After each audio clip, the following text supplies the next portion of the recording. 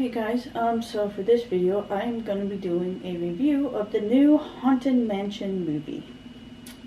So, yeah, I've already done a review of the original Haunted Mansion movie, and I'll provide a link down below, and a link using what is it, the cards, whatever you call them, that you can just click on and go to if you want to go watch my review of that one. So. But, let's get into this one, the newest one. So this movie, it follows Ben Mathias. He is an astrophysicist who has created a camera that is able to detect pretty much ghost particles. He's at, I think it's this party, and he meets this woman. Her name's Alyssa, and she runs ghost tours. And she is very much into the supernatural, and he becomes infatuated with her, and he kind of becomes more involved in the supernatural. He helps her run her ghost tours until she tragically dies in a car accident, and then he continues to run her ghost tours, but he is obviously, I guess, heartbroken.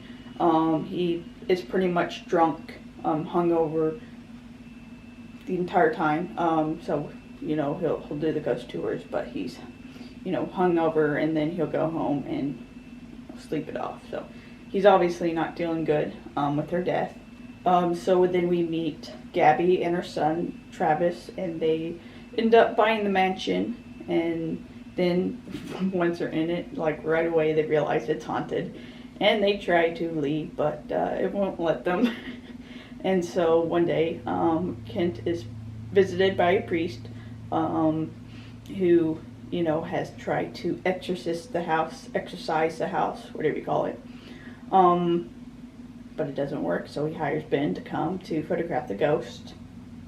Of course, Ben doesn't believe in ghosts, but after the priest offers him a good amount of money, he decides to go ahead and do it. Kind of made me wonder, is the reason he doesn't believe in the ghosts, especially after having, gone through what he did with his wife, was it because he isn't able to contact his wife from, beyond, so he uses that as proof that the ghosts don't exist? Kind of wondering. But he ends up getting to the mansion, and the woman, Gabby, does warn him about coming in because it will change his life, and he kind of dismisses that, and then he eventually realizes it's haunted, and then he tries leaving the mansion, and they try warning him, but he does not listen, and he ends up being haunted by a mariner. And it was honestly hysterical because he'd be watching TV, and each time it would flip to a show about fishing, and so the ghost literally is just, all he wants to do is just sit and watch fishing shows. And it was honestly kind of funny. But yeah, they he ends up going back, and then there's Kent, Gabby, and Travis, and they're all stuck there. So they end up recruiting Harriet, who is the psychic, to try to, I guess, contact the dead.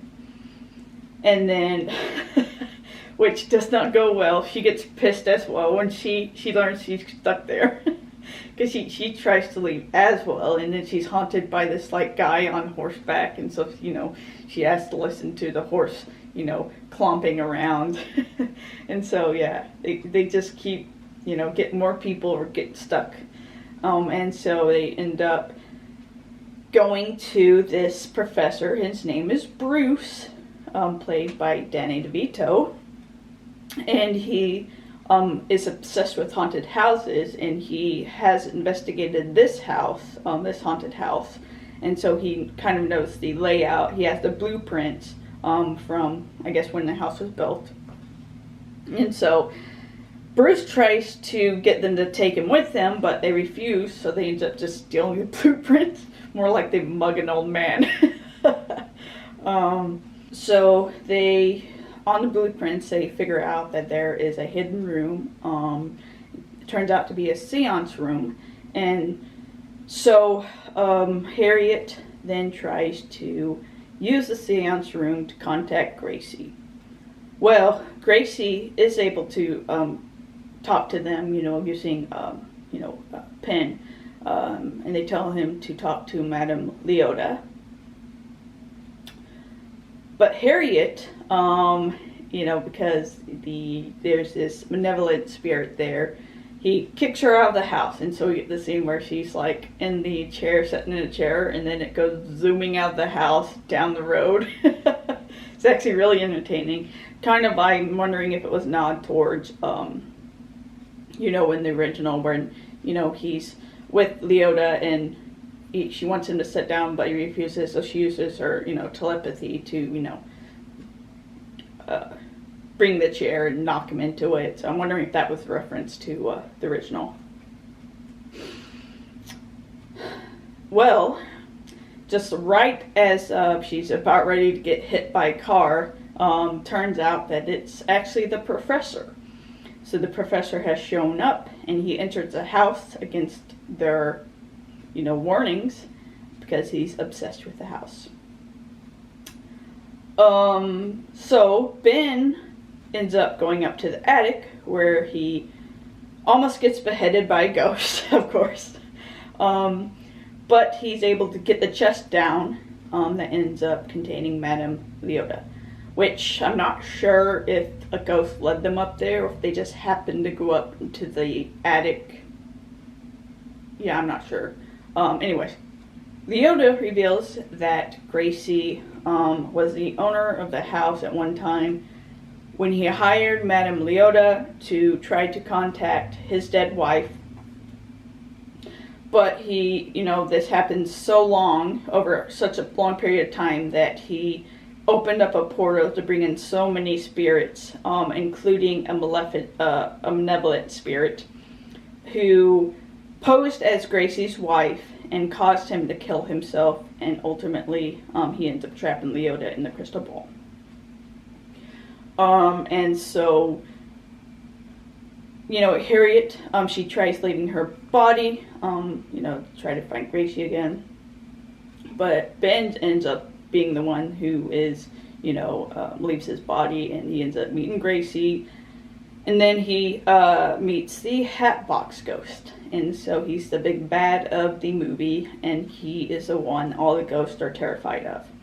And so we get this really funny scene, and you probably saw it in the trailer, but contextually it's actually funny, where one of the ghosts, because they all start hiding everywhere, like anywhere they can, and one of them possesses a candle, and so Ben picks up the candle so that he can see, but then you'll see the ghost take possession of the candle, and it, grows a little tiny cute face, and he tries to, he ends up blowing himself out to hide himself from the ghost. It was just so adorable and funny.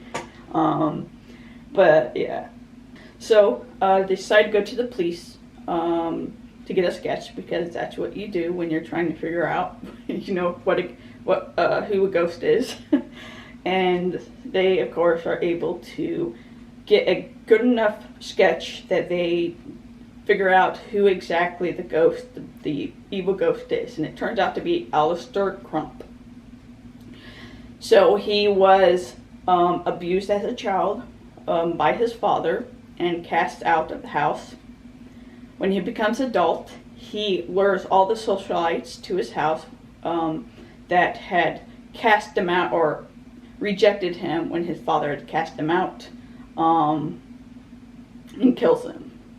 I'm not sure if they're the ones that, were, I guess, friends with his father, and because his father cast him out, they reject him as well, saving his to stay in the father's good graces. But yeah, so essentially he becomes a tyrant, and until Crump's servants behead him. But before they can, behead him, he curses them all. So, Crump locks down the mansion, but Ben, Kent, and Travis are able to escape, and they find Crump's old mansion, where they learn that to escape the mansion, they have to find a willing soul to sacrifice himself to be the 1000th spirit that, a soul that Crump has, I guess, taken.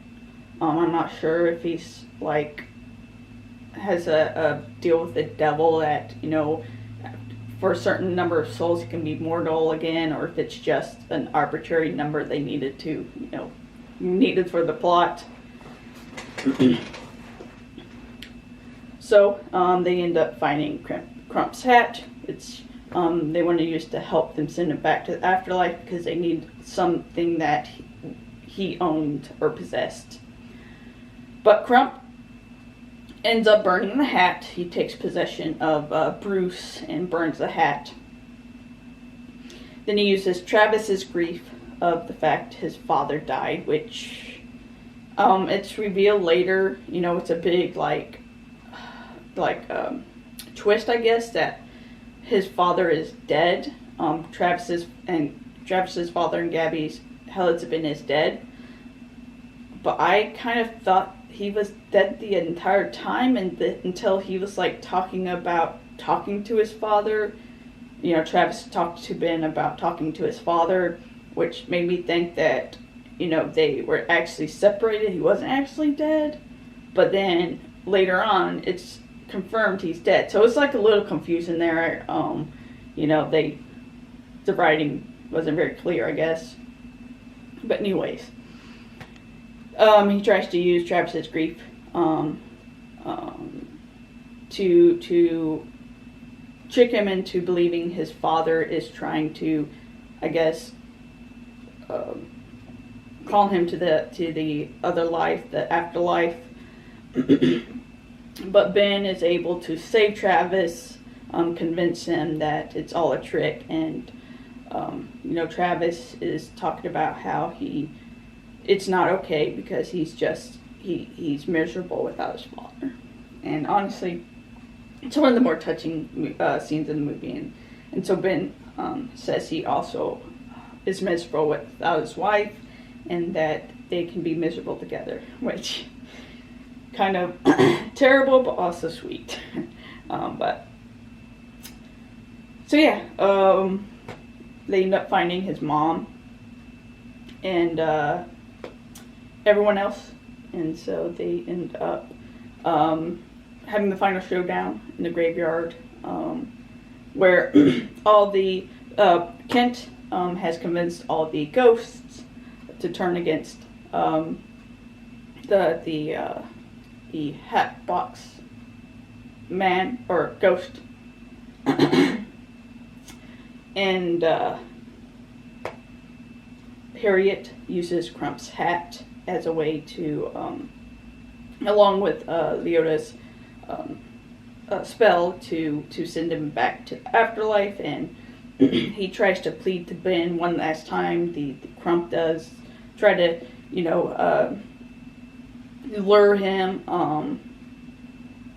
I guess, back. And Ben has finally, I guess, accepted his wife's death and is ready to move on. And so he, you know, Crump no longer has power over Ben. So Crump gets, I'm assuming, sucked to hell again. I don't know. It's, you know, I'm not sure if that was like, you know, indication that he's like, he made a deal with the devil or something like that, and now that it's no longer good, now he's going to hell. But yeah, so kind of wrapping it up, Ben is back at his apartment, and he's much happier now, and he sees this cat cross the street, and it's a cat that was at the beginning of the movie that he really wasn't interested in, but then he goes over and picks up the cat. He looks at the collar, and it says Tater Tot, which previous in the movie revealed that tater tots were his wife's favorite food, and it was actually what she'd been going to get when she died in a car accident. And so, it's also kind of touched on that those that have died, those close to you that have died, will leave you, like, I guess, signals letting them know that, I guess, they're thinking of you or that they're there, whatever. But I guess this was a kind of a indication that his wife, I guess, is contacting him, and I took it as like a indication that his wife wanted him to move on, and possibly the cat was meant to be like a companion to him now, much like John Wick. She sent him somebody that will provide him companionship. So, yeah. And then, of course, a lot of the ghosts end up staying at the mansion. And they end up having this big party with all the characters on Halloween. You get, like, the ghosts. They're, like, doing a ballroom dance around while, the humans, the mortals, are eaten. So it's kind of a, nice ending. So my thoughts on the movie. I did like that they tried to tell a more emotional story dealing with death. So we have Gracie losing his wife, Ben losing his wife, and Travis losing his father, Gabby losing her husband. I thought the most interesting kind of, I guess, parallel was Gracie and Ben. Gracie, because of his desire to see his wife again, opens up a portal to, I guess, another, to the afterlife, and lets in souls that are, I guess, want to be at peace, and then brings in a malevolent spirit that ends up trapping them there. And Ben, despite the need to see his wife, ultimately is able to come to terms with her death and move on. And so I think that's kind of an interesting parallel. I'm assuming it was intentional. I did like the effects. I did think they were pretty good. We see the ghosts a lot more than we did in the original, and they were good. And they did a lot of effects, like when the evil guy was kind of manipulating the house, I guess, and there was a lot of interesting effects there, and I thought it was really good. And of course, it had a lot of humorous moments, and it's kind of humor I enjoy. It's not the obvious try-hard humor that's not really that funny. It's more like subtle. Obviously, the one of the guys, there was like a man there who loved it. He kept laughing, and it was also kind of funny. But he was loving the movie. But overall, it was an enjoyable theater experience, but it was an okay movie for me. So when it comes to like the development of this movie, as per usual with these modern movies, they always go through development hell. And this one isn't really that different. So it was first talked about in 2010 with Del Toro, who was going to be the writer and producer. It was, for him, his script, his movie was going to take place in a heightened reality, so I guess not our realm, which I'd rather have that. To be honest, it would have been a lot different and more interesting, I feel. And he said it would be fun, but also the scary would be scary. So, yeah, I wish we had gotten that. But, of course, by 2015, he was out. In 2020, Kate Dippold, who seems to have written most of Melissa McCartney's movies, rewrote this new script, or wrote a new script, because Disney's bitch ass said that Del Toro's script was too scary. Of course they did. And Justin Simmons was finally hired as director. He's the one who directed Dear White People. So I think well enough respected director. And you know, the cast. They cast Danny DeVito as a professor, which I'm kind of wondering if they did that to kind of parallel, I guess, Ezra's character. He's played by the guy who did, you know, he's the Princess Bride. I can't remember his name. He's the bald guy. But he was okay. Or DeVito was okay in this movie. Jamie Lee Curtis was okay. Jared Leto played the bad guy. He just plays the voice, but you can't really tell, to be honest. And so, of course, as it seems like all the time, the reception for this wasn't that good. And Rotten Tomatoes, of course, the epitome of, you know, film critique.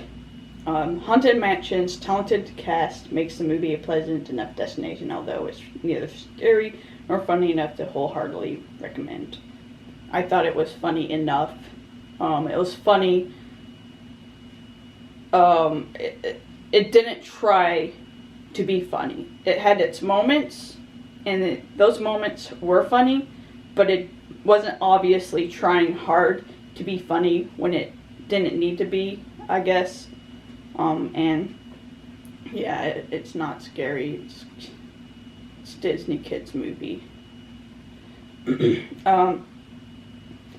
Peter DeBurge of Variety wrote, while the visual effects are surprisingly weak for a film of this scale, the script provides far better than anyone might expect, establishing an emotional foundation for what might otherwise be a gimmick-driven haunted house movie. Which I don't know why the he says the visual effects are weak. What they're used for in this movie, I think, were very good. So they use it for the ghost, they use it for when they're manipulating the, you know, house. I thought they were all good. And so I don't know what exactly he was expecting. So Lucas Trevor of the Washington Post wrote, "It's too dark for a family film, too weightless and juvenile for grown-ups. It's a season notable for high-level action, spectacle, and important art-tier projects. Haunted Mansion is not just confusing, just not confused, but inconsequential."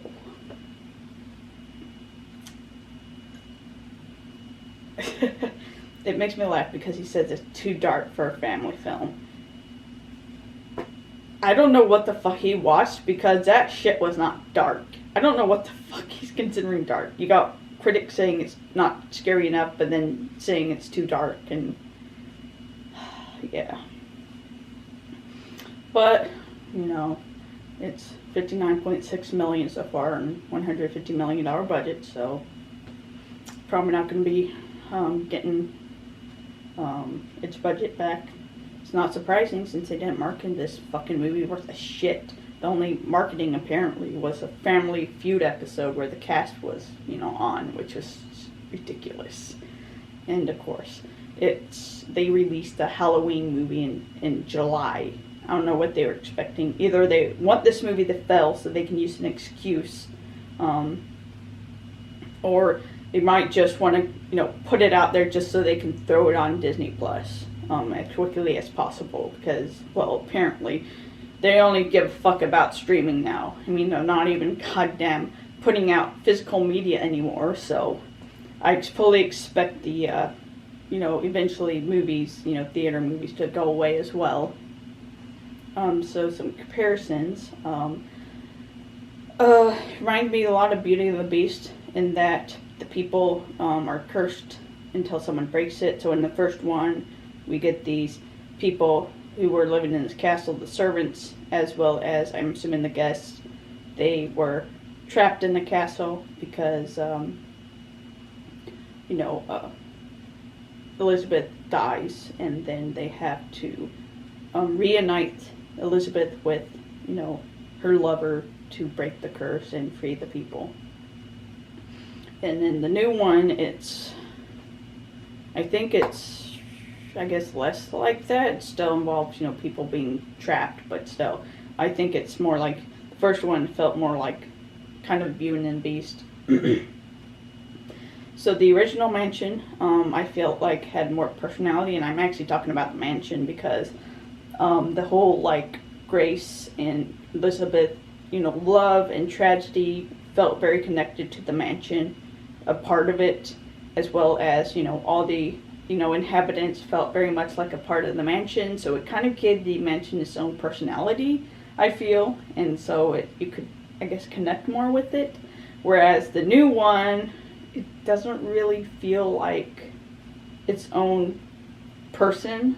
It just feels like it's houses some ghosts, and so,